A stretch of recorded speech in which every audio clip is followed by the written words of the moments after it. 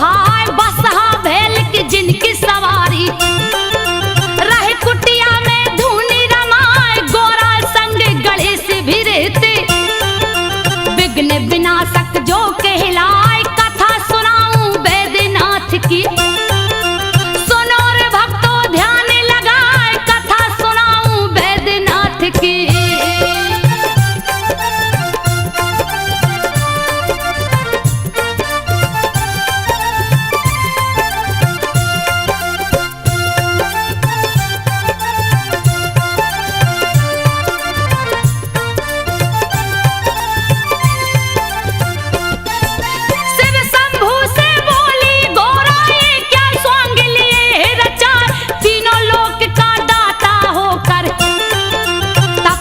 कालिया भेष बनाए सुन के उल्हना तब गोरा की सोने का महल दिया बनवाए गृह प्रवेश करने को शिव जी विश्वेश्वर को लिया बुलाए रावण जिसका बेटा लगता के कसी जिसकी पत्नी कहाए विश्वेश्वर के संग के कसी स्वर महल में गई समाए पूजा का जब हुआ समापन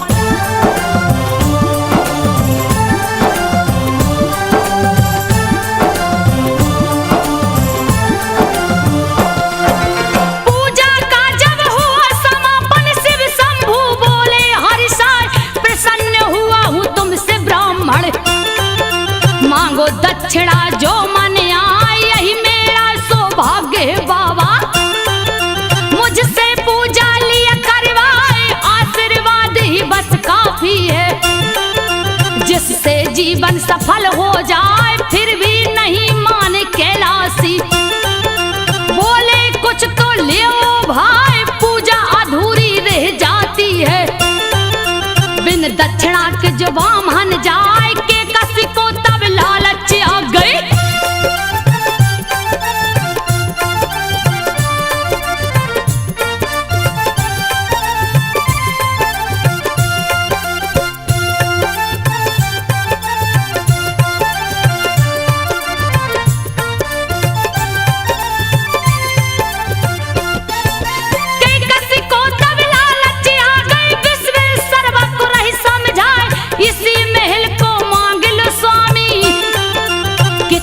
सुंदर रहा दिखाए विश्वेश्वर ने टाल न चाहा अड़ गई वो जिद पे है आए विवश होकर पंडित राज ने शिव जी से बोला सब चाहे दक्षिणा में यह महल दीजिए मेरे मन को गई है भाई तथास्तु कह करके शिव जी ने मन ही मन में रहे मुस्काए पार्वती तब क्रोधित हो गई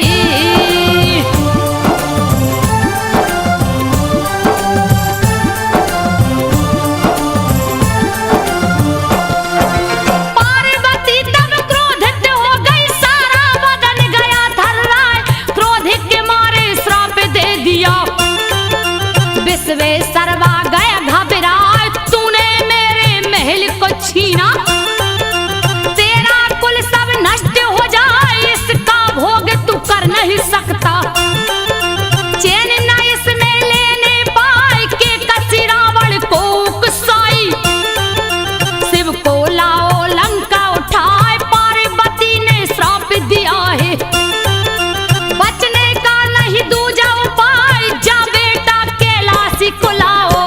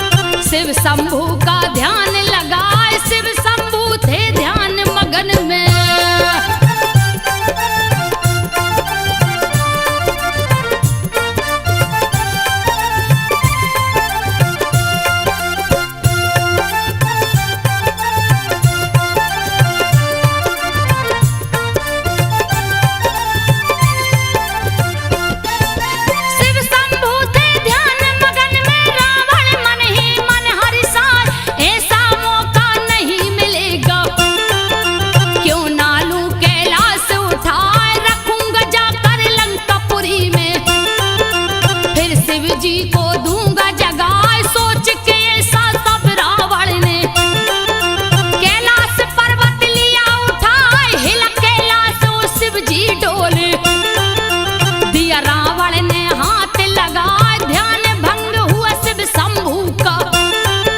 तब जंघों से दियो दबाए, दब गया दोनों भुजा रावण का।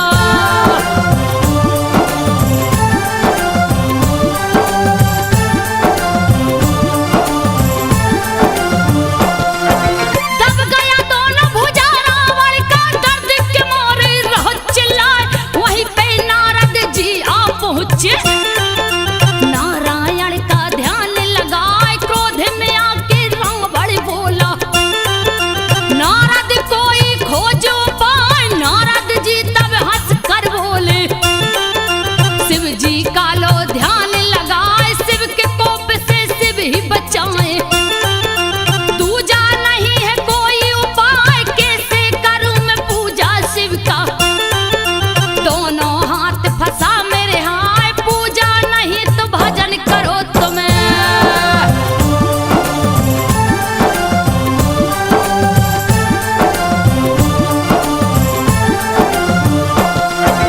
पूजा नहीं तो भजन करो तुम, रावण को नारद समझाए। देख भक्ति तब रावण की वो, शिव जी हाथ को दिए छुड़ाए, शुरू कर दिया कठिन तपस्या। आसन रावण दियो लगाए, कठिन तपस्या कर ली फिर भी शिव का दरस न होने पाए। घोर तपस्या शुरू कर दिया है, जगह जगह गड्ढा खोदवाए, अग्नि को स्थापित करके यज्ञ दिया है शुरू करवाए, अग्नि को स्थापित करके।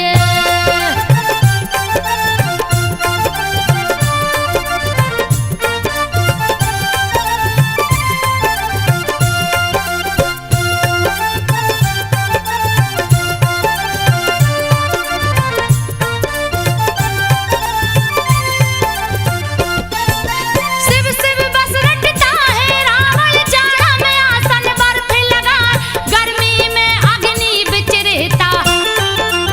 इंद्रासन को दिया हिलाए, खुले में रहता खुले में सोता। बारिश से तन भीगा जाए, कोशिश लाख किया रावण ने, शिव प्रसन्न ना होने पाए। क्रोधित होकर राजा रावण लिया खड़ग, तब हाथ उठाए, एक एक करके शीश काट कर अग्नि कुंड में भेंट चढ़ाए। नौ शीश जब काट दियो तो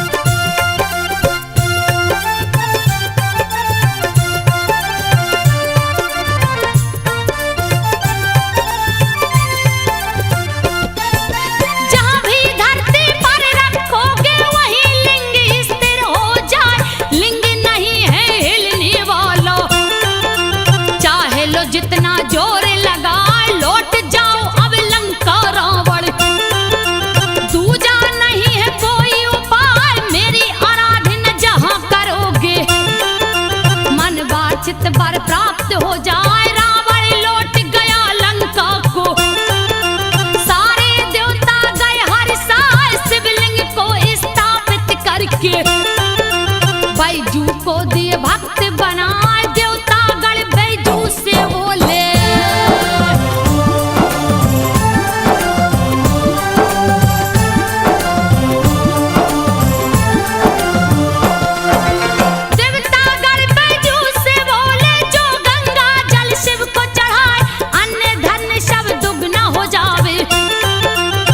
गैया दुगनी हो जाए। निस दिन बैजू पूजा करता, शिव शंभू का ध्यान लगाए। एक दिन बिन पूजा किए ही बैठ गया भोजन पर आए। ध्यान पड़ी जब शिव शंभू की, दौड़ा दौड़ा बैजू जाए। जैसे ही पूजा पर बैठा है, शिव शंभू बोले हर्षाए, हुआ प्रसन्न से बैजू।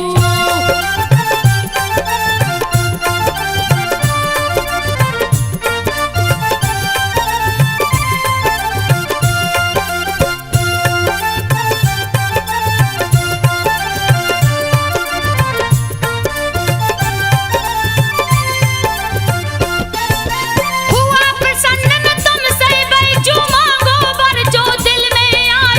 ऐसा वर दो मुझको बाबा, मेरा नाम अमर हो जाए। यो मत शिव जी बोले हैं।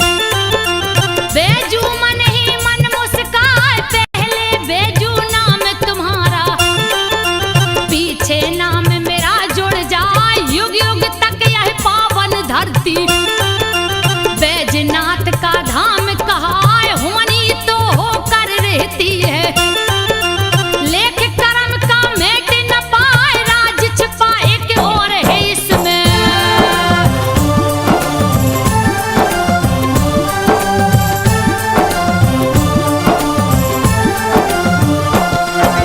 राज छुपा एक और है इसमें। सुनो रे भक्तों ध्यान लगाए, शिव जी के ससुर दक्ष है प्रजापति, यज्ञ दिया है शुरू करवाए। नर किन्नर गंधर्व देवता सबको न्योता दिया पठाए। नहीं निमंत्रण शिव को भेजा, ए अपमान सहा नहीं जाए। शिव शंभू से सती ने बोला, चलिए यज्ञ को देखा जाए। बिना निमंत्रण में नहीं जाऊं, शिव शंभू बोले समझाए। मगर सती ने एक न मानी,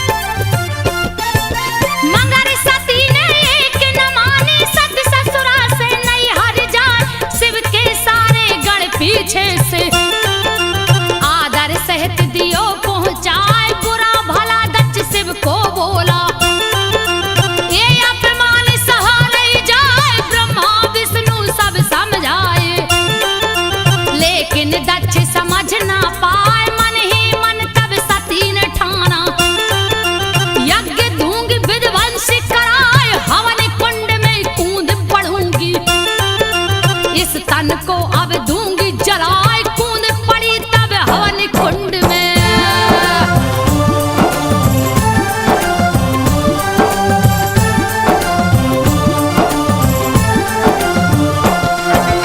कूद पड़ी जब हवन कुंड में। अग्नि डर से भागी जाए, योगा गनी को प्रकट किया तब सती ने तन को दिया जलाए। मची तबाही यज्ञशाला में, शिवगण दिए उत्पात मचाए। नारद आकर शिव शंभू को समाचार सब दियो सुनाए। वीरभद्र और महाकाली को दियो जटा से प्रकट कराए। वीरभद्र और महाकाली को शिव जी दल बल सहित पठाए। यज्ञशाला रणभूमि बन गई।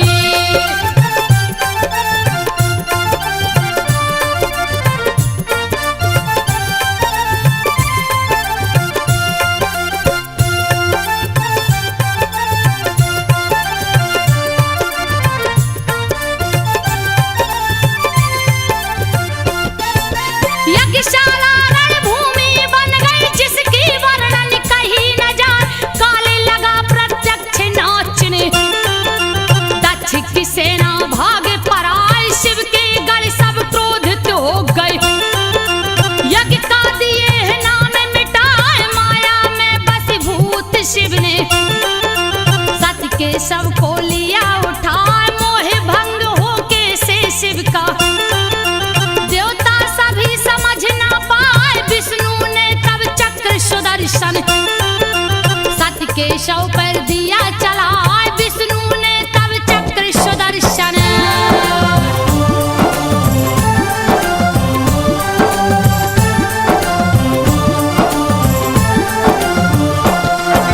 शिव ने सती के शव को देखा, हाथ लिए त्रिशूल उठाए। रुद्र रूप देख शिव शंभू का, मन ही मन सब देव घबराए। करने लगे जब तांडव शिव जी, पल में लागे प्रलय हो जाए। कप गई धरती कप गए अंबर, सबकी बुद्धि गई हेराए। हाहाकार मचा तीन लोक में, कब क्या होगा कहा न जाए। क्षीर सागर सब देवगढ़ पहुंचे, विष्णु थे जहां ध्यान लगाए। मोह भंग कीजे शिव शंभू का,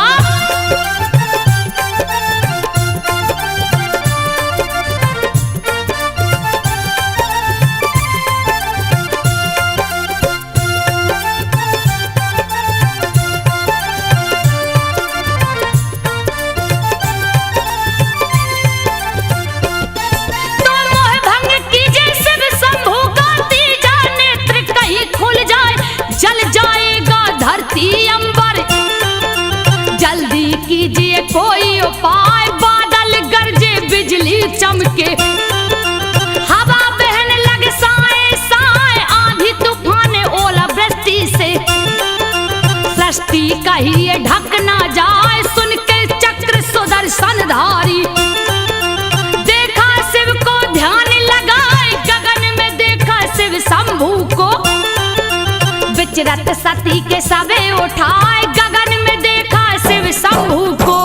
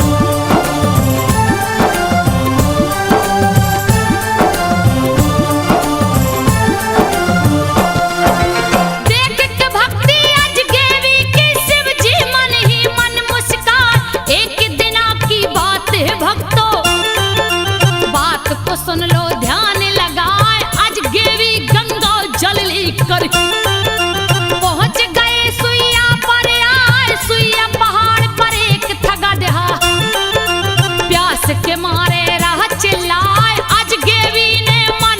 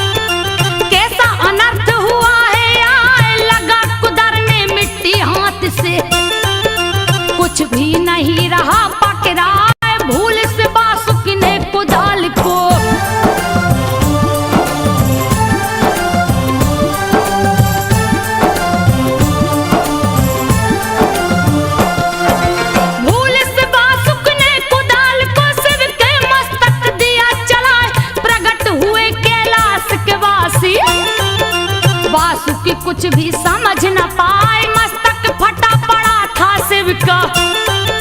देख के भक्त गया घबराए, डर के मारे थर थर कांपे। कुछ भी उसको समझ न आए, प्रकट हुए कैलाश के वासी। वासुक से बोले मुस्काए, मांग लो वर जो चाहो बेटा, जो भी तेरे मन में आए, हे प्रभु जी अकाल मिटा करे।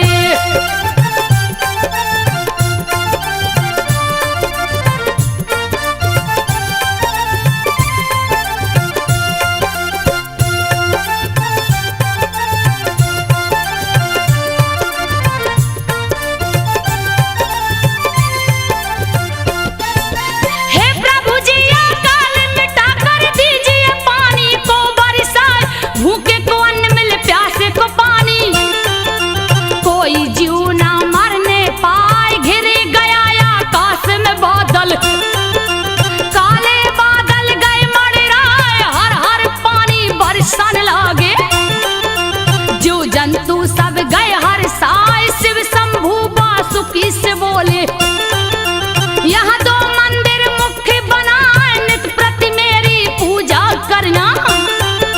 तेरा नाम अमर हो जाए, वासुकी के नाम पर ही।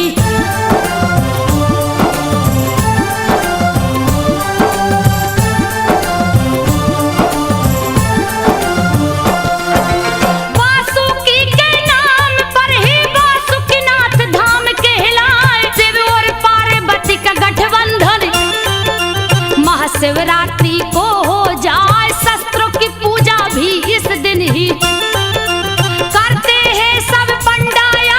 शिवरात्रि में जो शस्त्र को छूता, उसका देते कष्ट मिटाए। भगवा वस्त्र को धारण करके भक्तों शिव को पूजने जाए, बोल बम उच्चारण करके नंगे पांव कंवरिया जाए, इस मंत्र के उच्चारण से।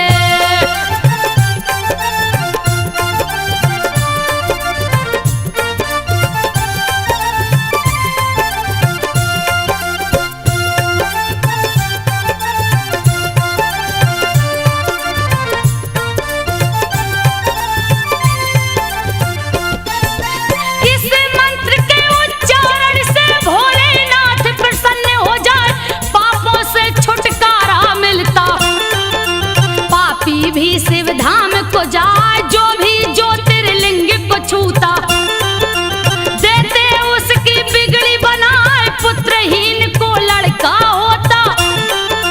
निर्धन भी धनवान हो जाए, रोगी प्राणी स्वस्थ हो जाता। देते शिव जी रोग मिटाए, धन्य हो जाता है वह प्राणी। जो भी कांवर शिव को चढ़ाए, अश्वमेघ यज्ञ का पुण्य होता।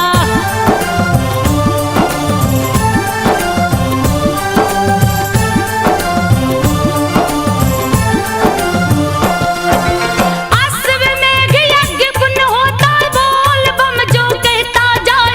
शिव के संग ब्रह्मा विष्णु भी बोल बम से खुश हो जाए। ओम नमः शिवाय भी शिव का पंचाक्षरी मंत्र कहलाए। अश्वनी कुमार बीमार पड़ गए, सारे देवता गए घबराए। लाखों वेदा देख के हारे, फिर भी स्वस्थ न होने पाए। वेद खुद ही रोगी हो गया, कोई दवा समझ ना पाए। व्याकुल हो गई भार्या उसकी,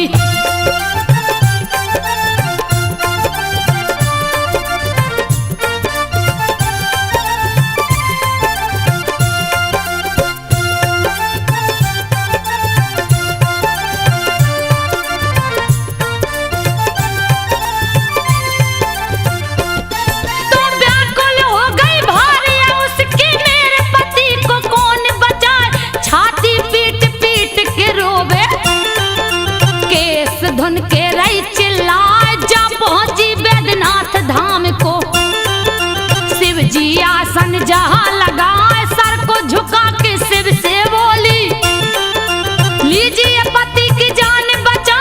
थक हार गई